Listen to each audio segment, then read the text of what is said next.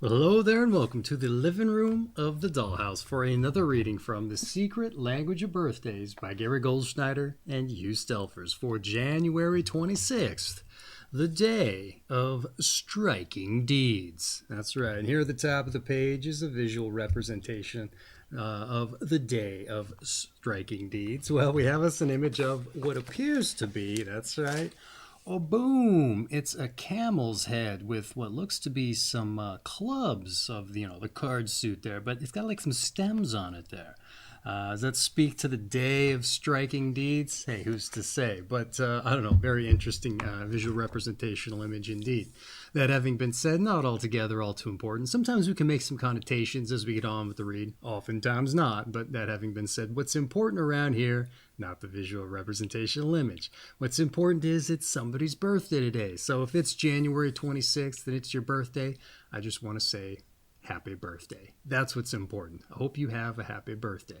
But if this video finds you late, I don't know, days, weeks, months, hey, I hope you had a happy birthday if that's the case.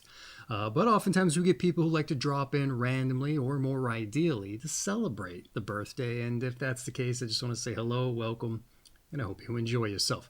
Now, before I dive in with the redirect, something I'd like to take a moment to do before we dive in is, that's right, roll some dice. This is the DykASSt birthday broadcast, so I like to live up to the namesake, but I do so more importantly for synchronicity's sake. And here I rolled us a 4 and a 3 for a 7. Now, what is synchronicity, you're probably wondering? Well, my friends, as I hear it told, the universe often puts things in our path so we can help manifest our goals or, realize our aspirations. But a lot of times we got the blinders on in life. We don't necessarily take note of the things that are going on around us. Yeah, we may see them, but again, there's no real consideration for as much. We're just getting on with our day, going after our errands or commuting on the job. And so this is an experiment or an exercise into taking off those blinders and hopefully getting used to identifying the signs that the universe lays out for us so we can manifest our goals and aspirations.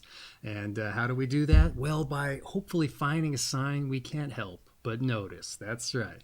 Your daily numbers. Now, you don't have to go with the numbers that I rolled for you. The intention is there, but it's probably ideal if you want to try this out for yourself, see the universe line up for you, that you get a pair of dice there, and set out into the world. I don't know, pick a spot near and dear to your heart and use these things to, set out time limits and directional values with number sets so you can start off on a path and just kind of see where the universe directs you. Hopefully you drum up some kinds of, like a theme if you like. Let's take the visual representational image. Maybe you start seeing camels kind of coming out of different places. Not necessarily, a real camel. Maybe just, packs of cigarettes laying in the street there. They just happen to be of a certain brand there, if you like. Or you happen to start seeing the club card suit, if you like. And that's just an example. But again, that's why you got to take those blinders off so you can be open to the things that might come across your path. And you might start to see some things presenting more often than others. And so take note of such things. But so let's say you get your first directional value and time limit established and you set off, but maybe you're not seeing anything of particular note. Say you're down in the town square and it's just people kind of going about their everyday goings on, if you like. So you know what, in such circumstances, just kind of take a moment to pause, reflect, look around, see what you see. Hey, and maybe you just so happen to notice you're on old 34th Avenue. You know what, take that as a sign you're on the right path. All right, roll yourself another directional value time limit and set off. Maybe at the end of this time limit, find yourself in front of an alleyway. Hey, roll a dice for a yes or a no as to whether or not to go down there. Maybe it's a yes, you head on down in there. Well, assuming it's not too sketch there, go on instinct if you like. But maybe at the end of this, you're not really seeing anything. But there again, maybe there's a dumpster.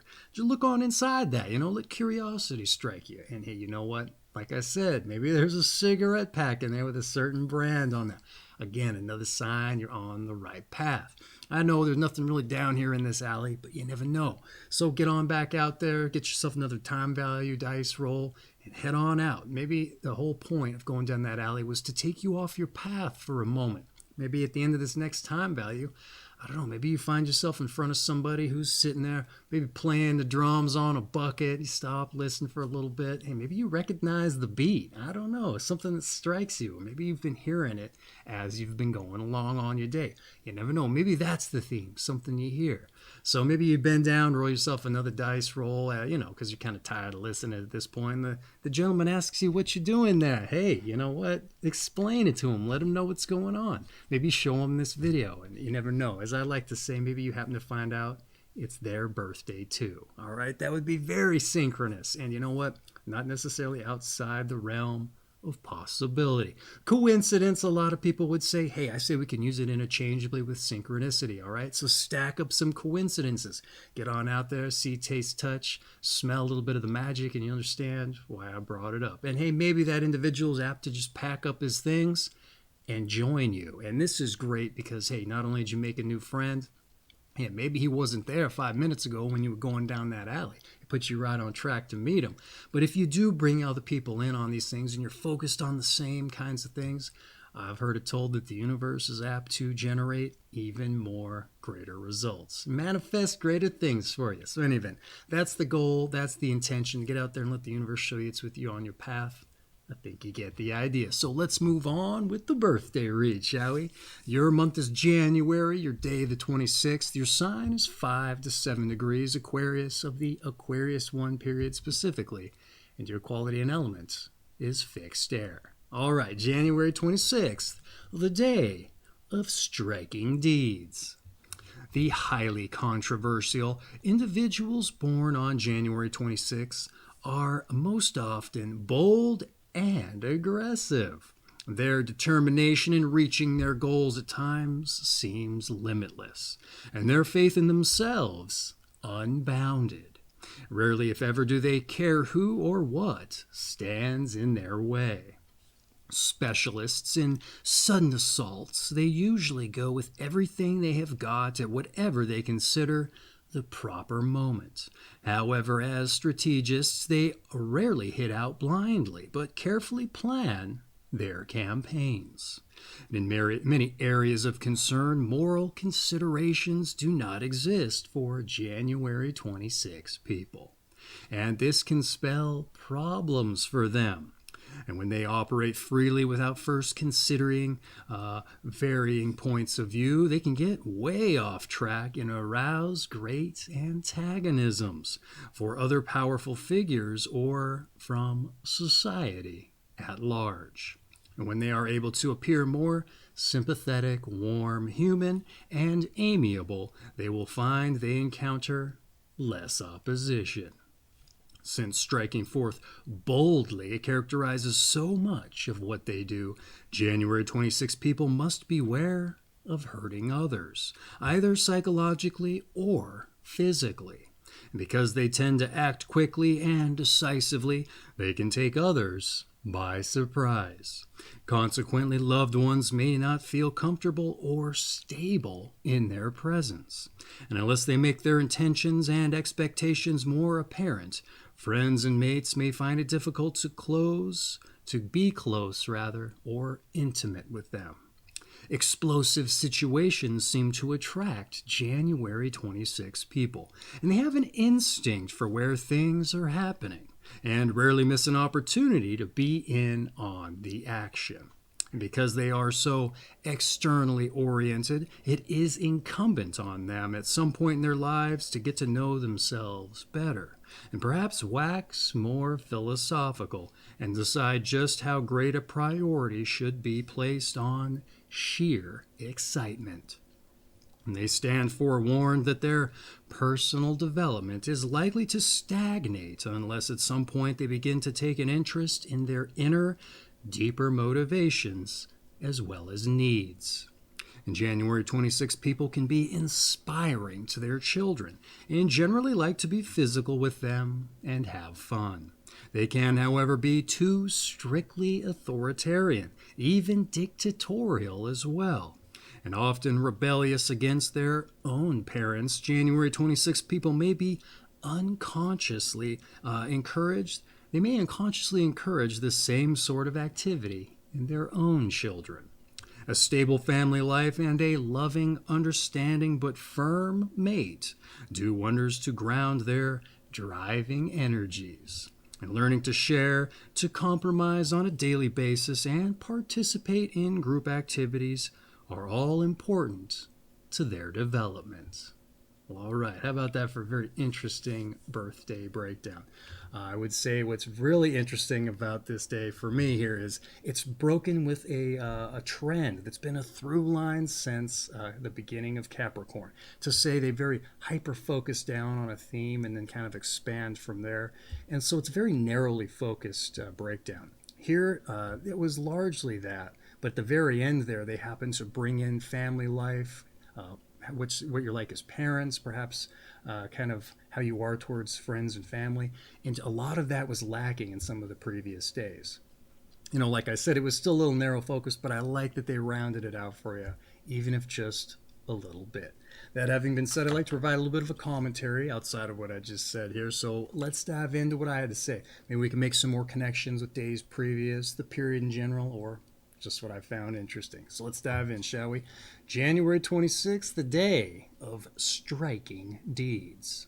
You're highly controversial individuals, and you're said to be bold, aggressive, and in possession of a determination to reach your goals that seems limitless. Letting nothing and no one stand between you and your pursuit. All this being said, one may be apt to think such efforts are rather brash, hasty, or maybe even ugly. But hey, whatever works and gets results, right? That's what I'm assuming you would lead with if the breakdown applies. But the reading claims this isn't at all the case, all right? You're said to be strategists, and you're carefully planning your efforts to be able to strike sudden assaults and giving everything you can and at the moment that you consider the most ideal, all right? That said, you may face no uncertain amount of difficulty in your efforts, considering a propensity to chase your aims without lending credence to what others may have to say, and for leaving moral considerations on the table. Now, whether this means your own values or those of society at large, to say ethics, I can't really be sure because the book has used morals and ethics rather interchangeably. But if morals are taken to be your own values and you leave those on the table and sacrifice for your aims and your pursuit, I find that particular dedication to mission accomplishment probably that much more dedicated in those terms. Though I would say a question of existential conflict would probably be yet another added facet or risk if that happens to be the case. The reading goes on to focus on how hurting others, to include family members, may be a direct result of your penchant to act quickly and decisively, and advises communication on your intentions to at least attempt lessening this particular reality. Sounds like great advice. All told, I know we've transitioned from the Capricorn period into Aquarius, but a lot of this reads like a Capricorn breakdown to some extent. To say the dedication to a cause there, and at all costs to save their health and their relationships, which is interesting to some extent, even though there are dramatically stark differences therein too. What else do we have? There's a mention of your attraction to explosive situations. Not really the case with Capricorns, as far as I recall. You also have an attraction to action and a focus on excitement, but a focus on personal development is also another area where your opposing spectrums seem to meet. So they kind of avoid personal development also. So you're meeting in other places also. What else do we have here? So again, it was somewhat narrowly focused breakdown, but again, they expanded and rounded it out a little bit there for you. So I appreciate that they did that, started bringing things back to the normalcy that was kind of interrupted during the Capricorn period. But hey, who's to say it might deviate again? So you may have gotten just a little bit of a specific focus there. That having been said, that's what I had to say about your breakdown. So let's move on to your numbers and your planets. All right. Those born on the 26th of the month are ruled by the number 8, as 2 plus 6 equals 8. And by the planet Saturn, and since Saturn carries strong feelings of responsibility and an accompanying tendency toward caution, limitation, and fatalism, the conservative and dictatorial side of January 26 people is emphasized. And the combined influence of Saturn with Uranus, which is the ruler of Aquarius, lends force and inspiration to the efforts of January 26 people. And often those ruled by the number 8 build their lives and careers slowly and carefully. But this may not be the case with those born on January 26, who are a bit more impulsive. And although they may actually be quite warm-hearted, Saturnian influences can lend those ruled by the number 8 a cold exterior. All right. Very interesting little appendment to the end of that there. You might be warm-hearted, but you come off cold. I don't know if I picked up on that so much in the breakdown outside of your being a loving parent, fun and exciting. In any event, I might be getting ahead of myself. Let's dive back into the notes here for your numbers and your planets here. The number 8 in the constrictive planet Saturn for strong feelings of responsibility, caution, as well as limitation.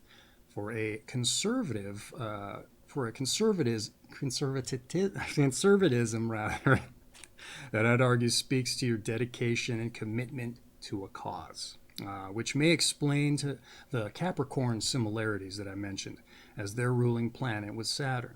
But with Uranus as your ruler of the zodiac there, it makes sense that you differ in your draws and your appreciation and application of dedication, as Uranus shakes up and electrifies other planetary energies.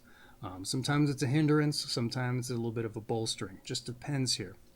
But as the reading claims, the coupling also lends to your force, your inspiration, and your impulsiveness. See, Uranus being an explosive and erratic planet by and large, that while probably dampened in no small part by Saturn, the constrictive planet, it tends to do that. It speaks to traits of rebelliousness and idiosyncratic nature and a penchant to change the rules, which I would say, I know they didn't mention it, but it seems like that might be the case. All told, I would say all these elements seem to inform the breakdown in no small part. So very interesting how, I don't know how accurate that may or may not be, assuming the breakdown applies. In any event, that's what I had to say about your numbers and planets. Hopefully expanded on it a little bit for you. Picked up where the reading might not have left much context. I try to do that. Largely failure or success, I can't tell. But in any event, let's move on to your tarot. That's right. One of the more eclectic of the New Age metaphysical ideologies. But hey, it's here in the book. It's your birthday. We don't have to take it home with us to start dealing out the cards to predict our future or however they're used. So let's dive in. A lot of times it provides even further context. So let's see what we got here. The 8th card of the major arcana is Strength or Courage, which depicts a graceful queen taming a furious lion. And the queen symbolizes the female magician who can master rebellious energies and stands for moral as well as physical strength. And this card's positive attributes include charisma and determination to succeed. And the negative qualities include complacency and a misuse of power. All right. This here was a total copy-paste job, but it often is with the tarot. Sometimes they'll add in a little bit of something else, but not the case here. But sometimes when they personalize the numbers and planets, that's the trade-off. So, but let's dive in. I know I wrote something, although I do rehash just a little bit here. Let's see here. Strength and courage, the female magician taming a furious lion. For moral and physical strength with positives of charisma, determination to succeed, but negative qualities of complacency and a misuse of power. All right. I don't know that I picked up on the complacency, but an argument could be made that could be realized if you aren't giving yourself time to focus on personal growth. There's a complacency there, all right? To that end, charisma wasn't exactly mentioned or alluded to in the breakdown by my read either. But maybe the dictatorial attitude as it applies to a misuse of power is kind of realized in your determination to succeed, just at any means necessary. And maybe that kind of overshadows the charisma. You might have it in spades. It's just, these negative aspects here, ostensibly negative anyhow, they might get more attention there. That said, a particularly apt card, I would argue, all things being said. Just be sure you find your balance so that you reap all the benefits. So not just your pursuits, but everything else going on in the background. Don't be like a lot of the generalities with Capricorn where they just avoid everything in their personal life in pursuit of their cause. Because the advice they always get would be to open up to the other things going on in your personal life. Because all too often, later on down the line, when everything's said and done, sometimes they found that there was nobody there waiting for them because they didn't give it enough attention in their earlier years. And it sounds like you're someone who wouldn't want that to necessarily happen. So in any event, I think I'm getting ahead of myself. I'd probably say that here later on. So that's been your tarot. Let's move on to your health. All right, your health. Those born on January 26 must be extremely careful regarding the explosive and violent aspects of their nature. In addition, they can be accident-prone and attractive of turbulent energy. Particularly at risk are their legs and their ankles. Injuries may result in thrombic conditions later in life, with the danger of strokes from dislodged embolus. Some form of meditative or spiritual training is necessary for January 26 people, at least to keep their energies under control and constructively channeled. And in this respect, they should cut down on their meat and their sugar consumption and base more of their diet on stable grains as well as vegetables. Only moderate activity is recommended, and care should be taken around competitive sports. A loving sexual relationship is usually crucial to them, and a few honest, close, and loyal friends, indispensable. All right. There's your health, highly personalized, I would say. Why do I say that? Let's get into it here. Care regarding your explosive and violent natures with an eye for accidents considering you draw to excitement. All right. That's something that generally gets mentioned for folks that are attracted to danger and adventure. And then they mentioned your lower legs and ankles. That's an Aquarius body type. So I think that's why they threw that in there for you. Which in addition to thrombic and vein care, the circulatory system is another Aquarius body area. And so they're starting to bring that into the health entries as this goes on. Though the early days, they didn't really mention it much. And considering Capricorn also had the veins as a body area, it felt like a lot of it was just carry through. So I had to take a few days to kind of figure out some of the common denominators here. So that being said, they mentioned stroke and embolus and thrombic issues. So have your compression socks at the ready, it sounds like. What else do we have here? Meditation and spiritual training are recommended for your intense awareness and to improve upon your self-awareness. That personal growth they mentioned. I would say would also kind of help to calm you in no small part. Because you probably need that moment of solace before you, boom, break out with your day and start getting explosive, right? It's good to have a few moments of peace, right? There you go. Quietude, if you like. A diet that regulates meat and sugar.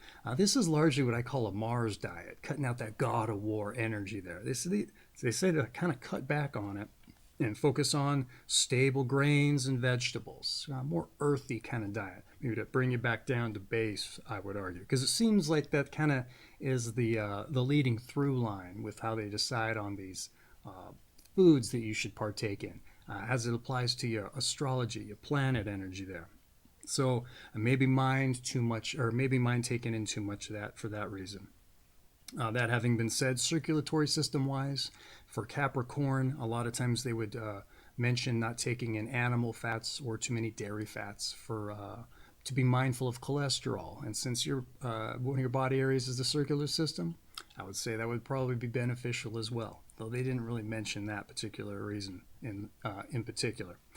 Do care, but care to be taken around competitive sports, they said.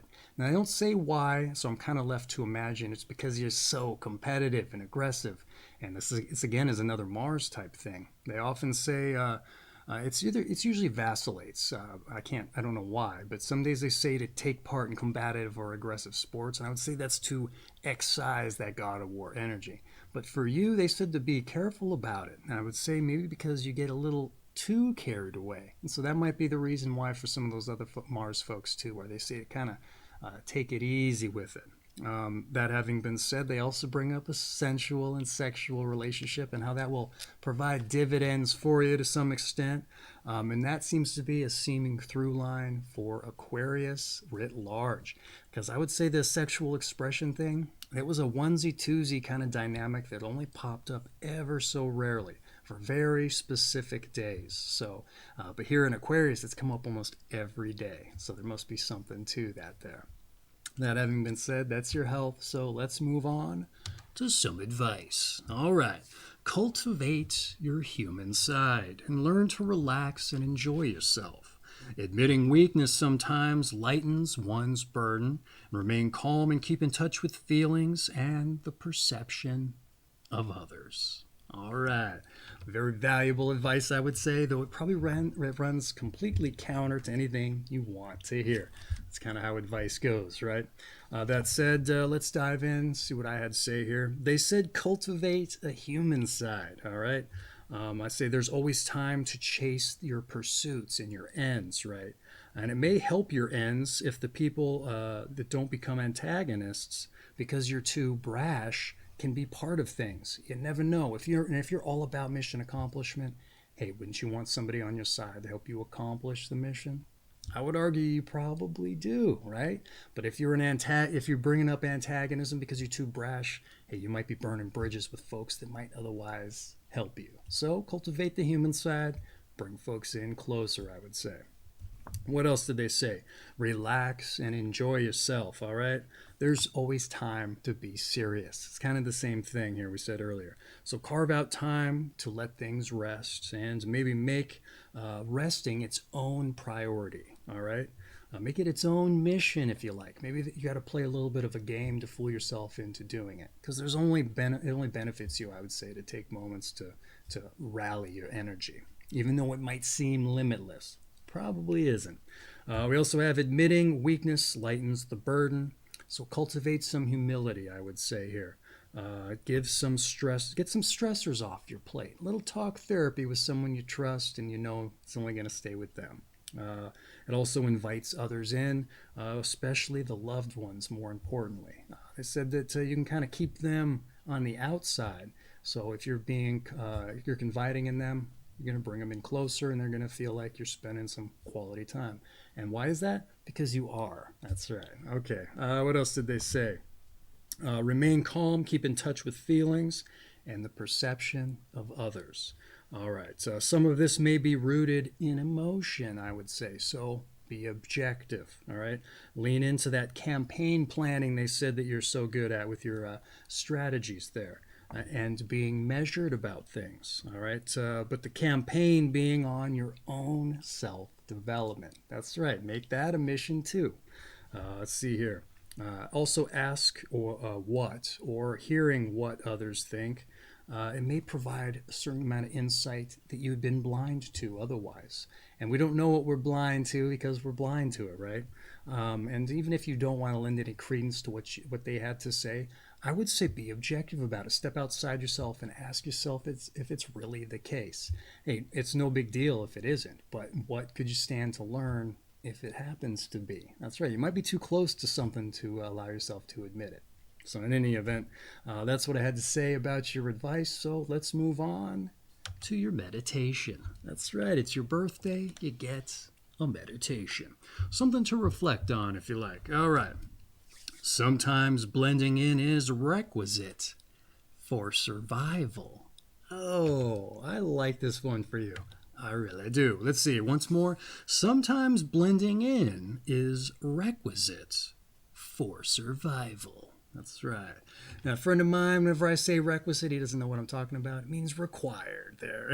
Or someone like my friend who's not used to the college words there. Hey, you know what? We all have to learn them at some point. I didn't know what it meant at one point in time. Any event, that's your meditation. I'm not going to throw my spin on it or what I think it represents, or it wouldn't do you any good. So it's your birthday or meditation. It's just for you.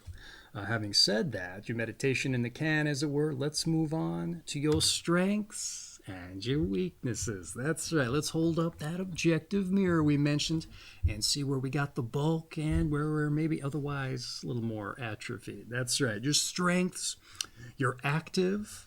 Oh, you're dramatic. I didn't pick up on that. Well, maybe I did. I just didn't realize. And you're confident. I picked up on that one. But your weaknesses. Oh, let's hold up that objective mirror, but flip it to the side that blows up your face. Maybe shows off the things you're a little more superficially insecure about that you don't tell folks about because you're so big and strong and confident. That's right. Your weaknesses. All right. You're destructive. Oh, I think we kind of saw that one. Dictatorial. And you're driven. Interesting. Driven is a weakness? Oh, I could see it. I could see it.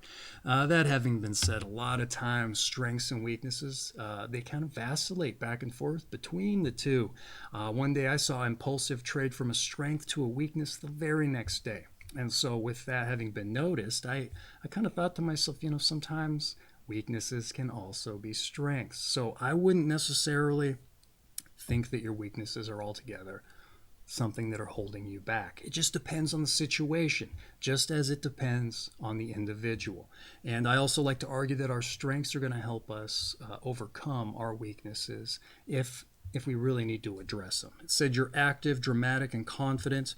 Your weakness is destructive, dictatorial, and driven. If you're active and you're confident, I would say you're going to be able to form that strategy to bring your weaknesses down and improve upon them.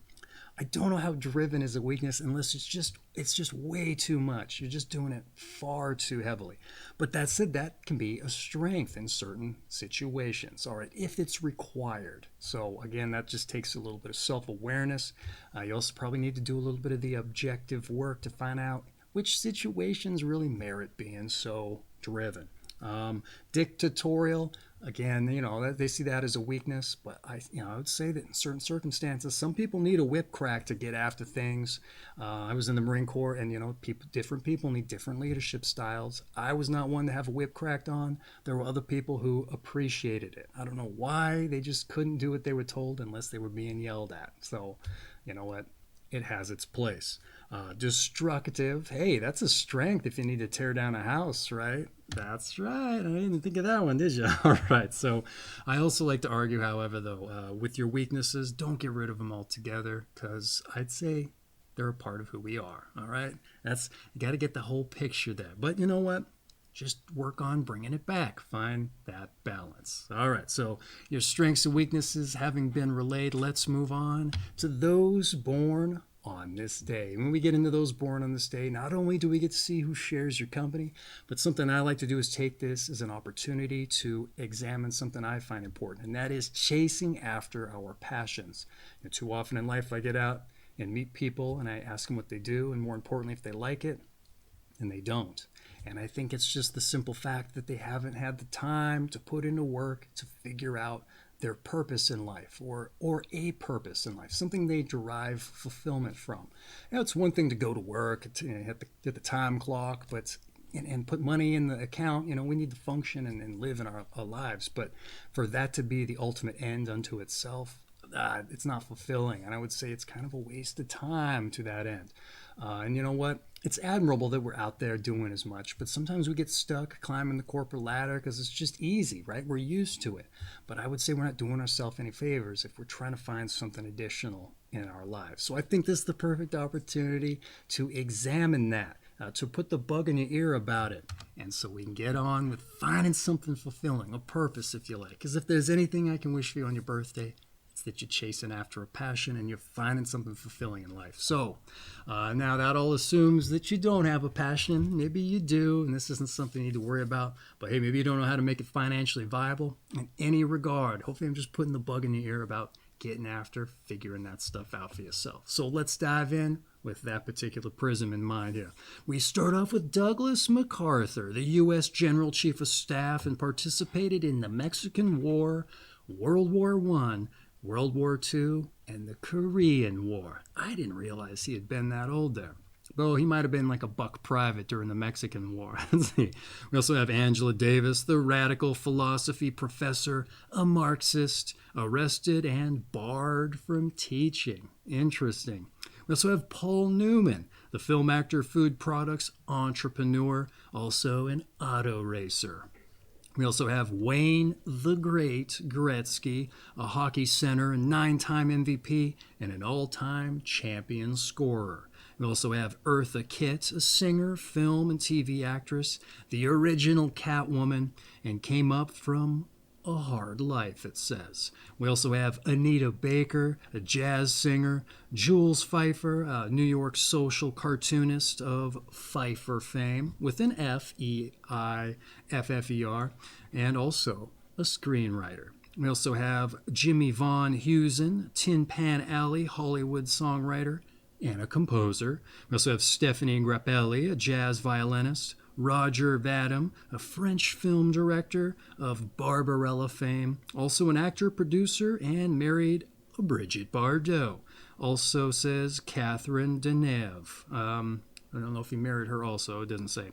Elmar Klose, a Czech film director of The Shop on Main Street. We also have Benny Golson, a jazz tenor saxophonist. Nicolae Ceausescu, I'm guessing, Romanian dictator, and executed. Oh, see, there you go. You don't want to be too dictatorial or else you see what happens there.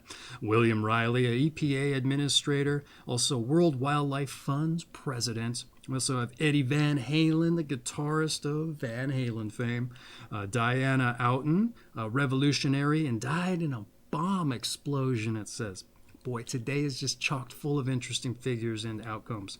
George Clements, the Roman Catholic priest and an anti-drug activist. We also have Grantley Dick Reed, a British obstetrician and a writer of Childbirth Without Fear. We also have Gene Siskel, the newspaper columnist and a TV reviewer.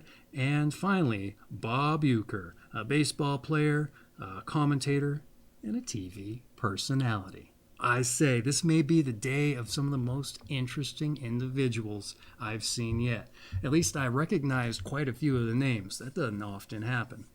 That having been said, I know it's a big-ass hard sell to try and take inspiration from other people's accomplishments in the scheme of our own attempts to maybe carve out some notoriety, if that's even a focus, personal success being the foremost treasure, I would say. But that being said, I think the argument still stands. This might serve to help you kind of stir up the fires of your own inspiration to start driving after your own passions. At the very least, you get to see who shares your birthday, and that's some pretty interesting figures, I would say. That having been said, that essentially rounds out your birthday reading. But I did forget, I butchered a couple names in there, so let's make up for that on my side of things. It's not done in malice, it's just hooked on phonics doesn't always work for me with names there. But like I said, this essentially rounds out your birthday read, except to say your season is winter, your sign is Aquarius, the Aquarius 1 period specifically, and your quality and elements is fixed air. And what does that mean? That's a different video altogether. I'll leave it at the end for you if you're interested. But this has been January 26th, the day of striking deeds, from The Secret Language of Birthdays by Gary Goldschneider and you Stelvers. I have an affiliate link for this book down in the description if you're interested in picking up a copy for yourself, diving in further. You know what, it makes a very great coffee table book to have out if you have company over, perchance. You know what, you don't really necessarily like breaking the ice. The book's going to get it done for you. All you got to do is read people's birthdays, see what happens. Conversation is going to get flowing for better or for worse, depending upon whether or not they think it applies. But that being said, get out there and maybe find something interesting with it. You'll see the power of as much. That having been said, the book being related, I just want to once again relate what's actually important here. And that is, that's right, wishing you a happy birthday. So once again, happy birthday. But for everybody else who joined us randomly or are here to celebrate, I just want to say I hope to see you for your birthday read. That's right. But lest I forget, that's right, your daily numbers, all right? Your 4 and your 3 for a 7, or whatever you happen to roll for yourself. Get out there, let the universe show you it's with you on your path. Drum up some coincidences, stack up some synchronicities. Hey, hopefully you can see, taste, touch, smell, intuit a little bit of the magic, and understand why I brought it up, all right? Let the universe show you it's with you on your path. It's instrumental, but at the very least, hey, you're getting some steps in, right? You got to fight off that thrombus there. You got the sensitive veins, if you like, all right? Just take care of your ankles and lower legs there, that other Aquarius body area. So I just, with that having been said, I just want to thank you for the pleasure of your time and the privilege to celebrate your birthday with you, all right? So take care of yourselves, and once again, happy birthday. Take care.